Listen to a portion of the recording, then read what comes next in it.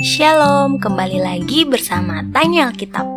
Seperti biasa, jangan lupa tonton video ini sampai habis baru komentar ya. Jangan lupa juga untuk klik like dan klik subscribe jika kamu belum subscribe channel kami.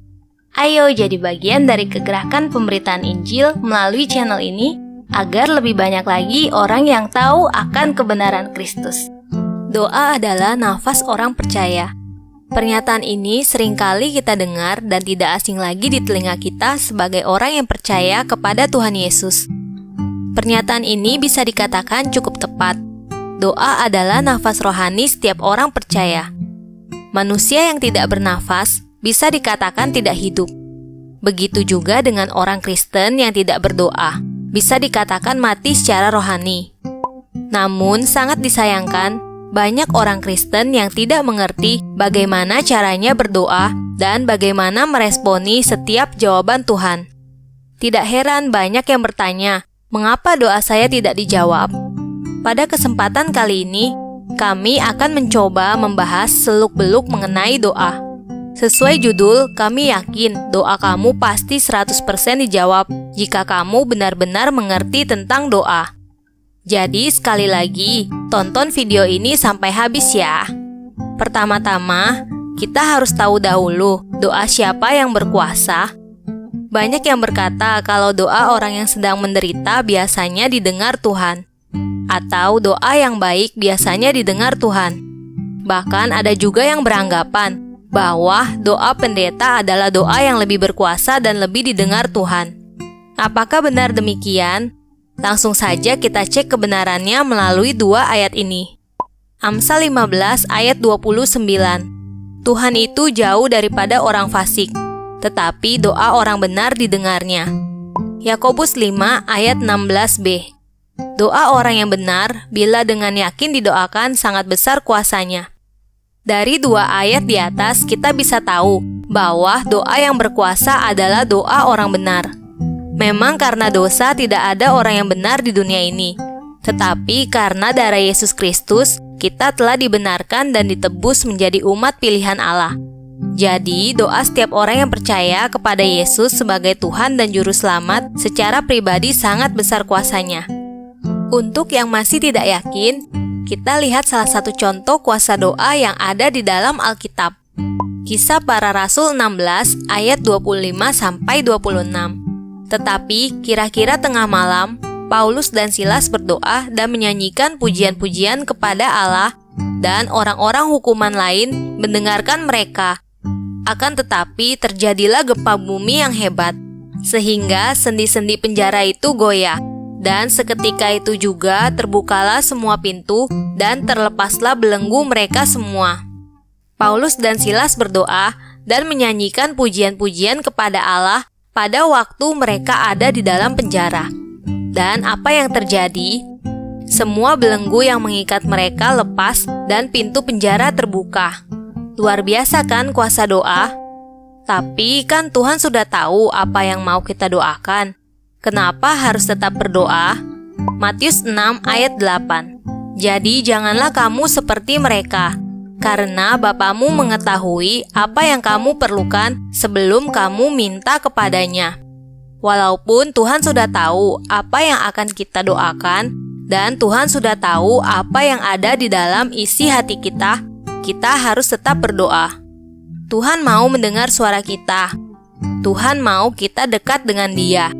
Doa juga merupakan hak istimewa yang sudah Tuhan berikan untuk setiap umatnya. Kita dapat berbicara langsung kepada Tuhan melalui doa kita. Melalui doa, kita juga dapat lebih dekat dan mengenal Tuhan.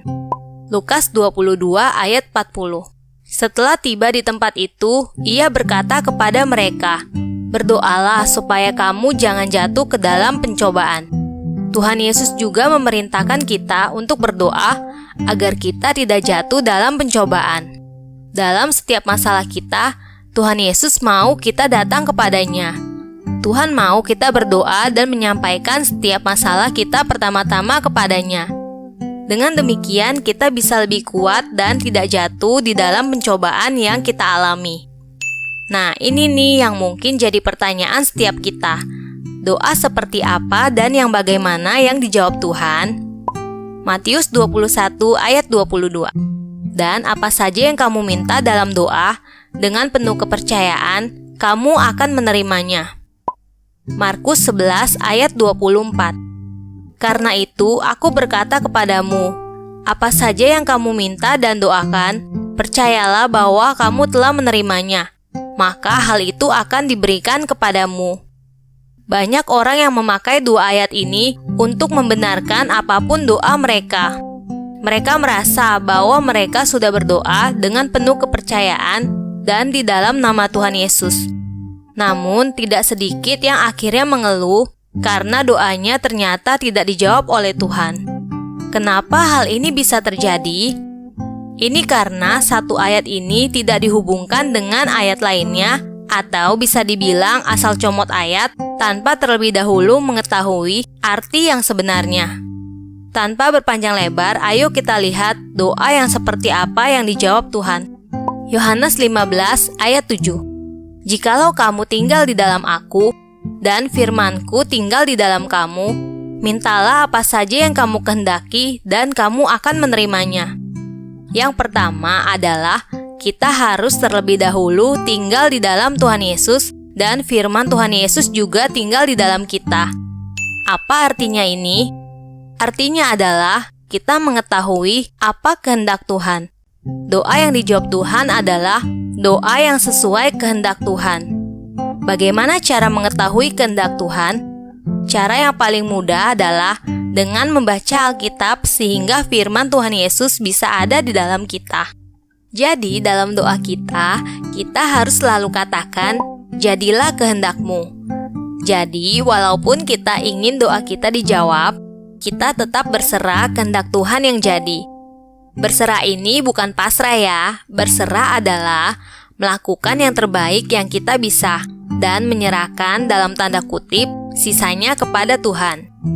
Sisanya ini adalah hal-hal yang di luar batas kemampuan kita untuk kita lakukan. Selain itu, berpuasa juga merupakan cara yang paling baik agar kita dapat mengetahui kehendak Tuhan. Tujuan utama puasa adalah bukan agar doa kita dijawab, tapi agar kita mengetahui kehendak Tuhan. Jika kita berdoa sesuai dengan kehendak Tuhan, doa kita pasti dijawab kan? Cek video ini untuk lebih tahu lagi tentang puasa. Klik di sini kalau kamu tonton video ini lewat YouTube. 1 Yohanes 3 ayat 22.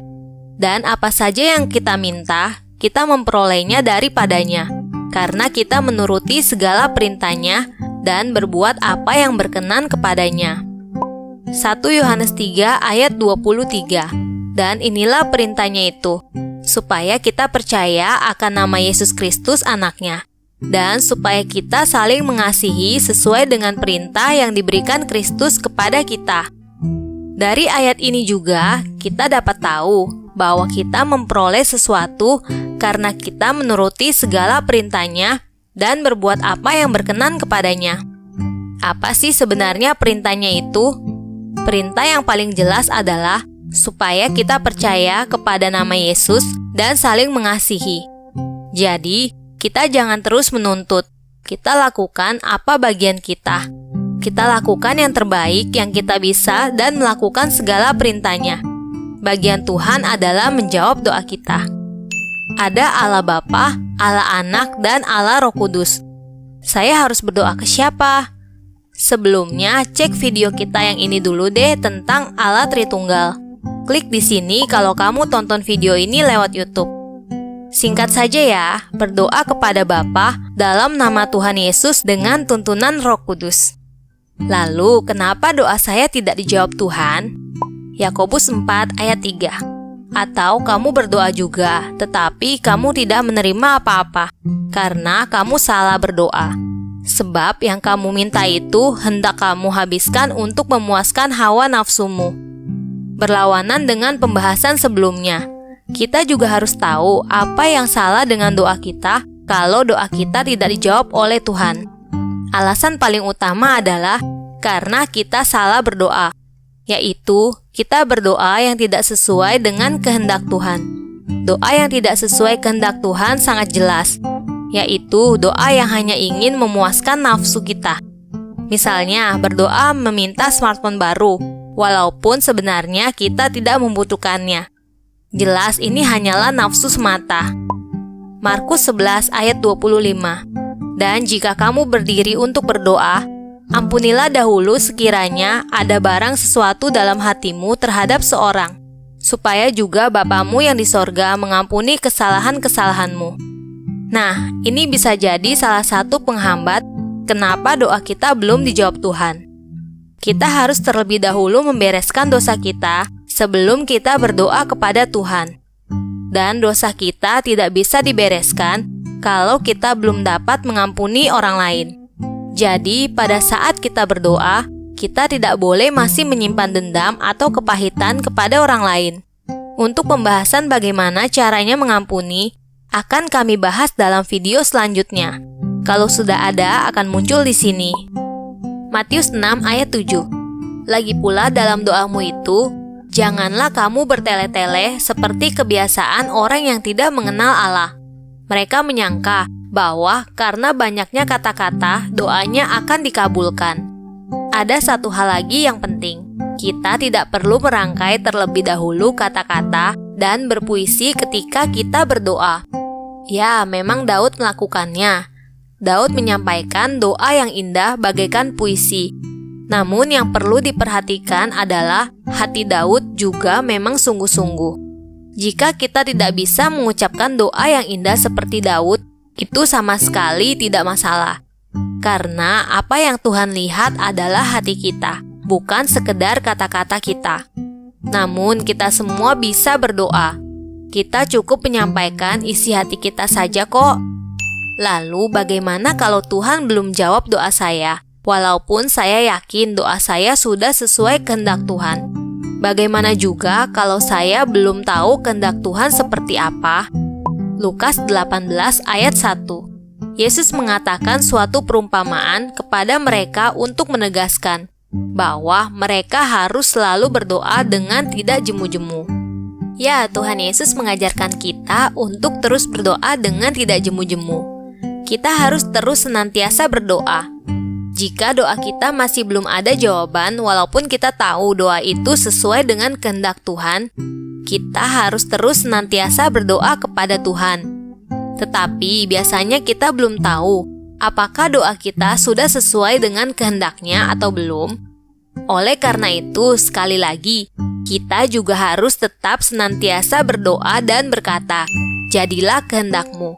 Jadi, walaupun kita terus berdoa, kita juga tidak memaksakan semua isi doa kita dijawab, tapi membiarkan kehendak Tuhan saja yang jadi.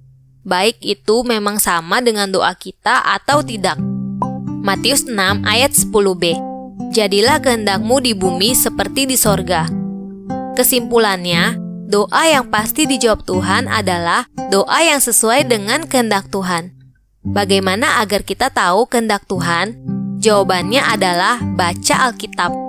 Mulai dari bersaat teduh setiap hari, klik di sini untuk belajar bagaimana caranya bersaat teduh jika kamu tonton video ini lewat YouTube. Jika masih belum tahu kehendak Tuhan, ya berdoalah jadilah kehendak-Mu. Jika kita sudah katakan jadilah kehendak-Mu, sikap hati kita haruslah senantiasa bersyukur. Jika dijawab bersyukur, kalau tidak ya juga bersyukur. Karena kita tahu kehendak Tuhan jauh lebih indah daripada apa yang kita doakan. Yang penting sebenarnya adalah kita senantiasa disertai oleh Tuhan, bukan sekedar ikut Tuhan agar doa kita dijawab. Terakhir, saya ingin mengutip kata-kata Bapak Pendeta Philip Mantova dalam tweetnya. Berdoalah sampai sesuatu terjadi. Berdoalah sekalipun tidak terjadi apa-apa. Dan berdoalah tak peduli apapun yang terjadi.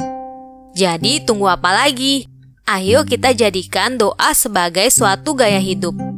1 Tesalonika 5 ayat 17. Tetaplah berdoa. Efesus 3 ayat 20. Bagi Dialah yang dapat melakukan jauh lebih banyak daripada yang kita doakan atau pikirkan, seperti yang ternyata dari kuasa yang bekerja di dalam kita. Terima kasih ya yang sudah tonton video ini sampai habis. Jangan lupa untuk share video ini jika merasa video ini bermanfaat. Cek dan share juga video-video kami yang lainnya ya. Jangan lupa untuk like Facebook kami, follow Twitter dan Instagram kami, dan add sosial media kami yang lainnya juga ya. Kalau ada pertanyaan lebih lanjut, langsung saja tanya lewat line. Sampai jumpa di video selanjutnya. Tuhan Yesus memberkati. Bingung? Tanya Alkitab aja.